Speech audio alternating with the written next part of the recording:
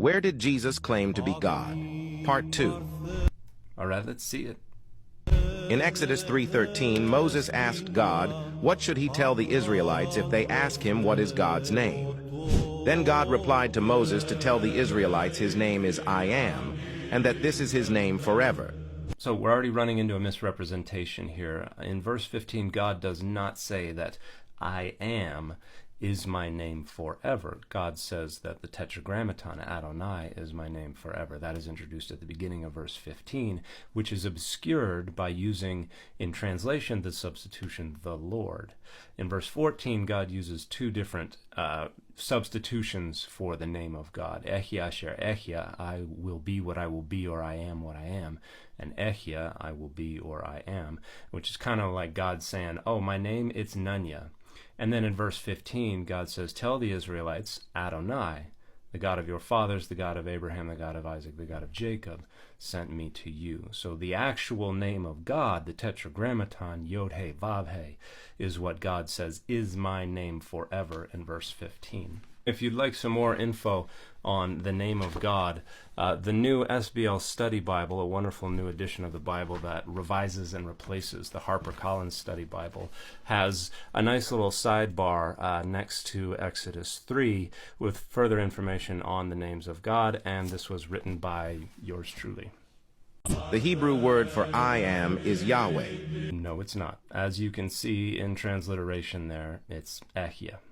In Exodus 3:14, the Greek word for I Am is ego, eimi. So ego eimi is indeed the Greek translation of the phrase I am, but something weird is going on here. I don't know what Greek translation this creator is using, but this is not the Septuagint. This is not the Greek translation of Exodus 3:14 that was considered authoritative within Greco-Roman period Judaism and within early Christianity. In Exodus 3:14, I am actually occurs twice. Once in the phrase, I am what I am, Ehya asher ehya, and that is rendered in the Septuagint not ego eimi ho eimi as we see in this creator's video, but ego eimi hoon, I am the one who is. And then the second time that I am occurs at the end of the verse, it's not ho eimi as we see here, it's actually hoon, the being one, or the one who is. So ego eimi is indeed a Greek translation of I am, but something weird is going on with this creator's version of this passage. In John 8:58, Jesus states before Abraham was born, I am. The same Greek word which is attributed to God in Exodus is used in John 5:58. I want to make a quick point here that these are not Jesus's words. If Jesus had said I am in Aramaic, it would not have had any significance. The only reason this has significance in this story is because it is in Greek. In other words, this is not historical. This is a literary creation on the part of the authors of the Gospel of John, because ego eimi, I am, only has significance in Greek, because that is the Greek phrase that renders not only Ehya asher ehya in Exodus 3:14, but also ani hu, the Hebrew phrase that means I am he, which is another one of God's means of self-identification in Deuteronomy and in Deutero-Isaiah. So because that one phrase renders both these significant means of self-identification for the deity in the Septuagint, it takes on additional significance. It becomes this coded reference to the divine name.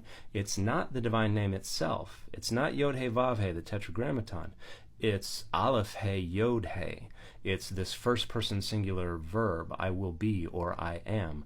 But because it is circulated in Greek as ego eimi, which can mean I am or I am he, it takes on this additional significance. In other words, Jesus didn't say this. This is something that was created by the authors of the Gospel of John and put into Jesus' mouth. The Jews perfectly understood what Jesus said. In the next verse, they picked up stones to stone him for blasphemy. So most importantly, this is not Jesus claiming to be God. This is the authors of the Gospel of John putting into Jesus' mouth in Greek a coded reference to the divine name as a means of asserting authorized possession of the divine name. Because from the book of Exodus all the way down through to Rabbinic Judaism, there was this notion of God's agents possessing the divine name and therefore being able to exercise God's power and authority and even manifesting God's presence.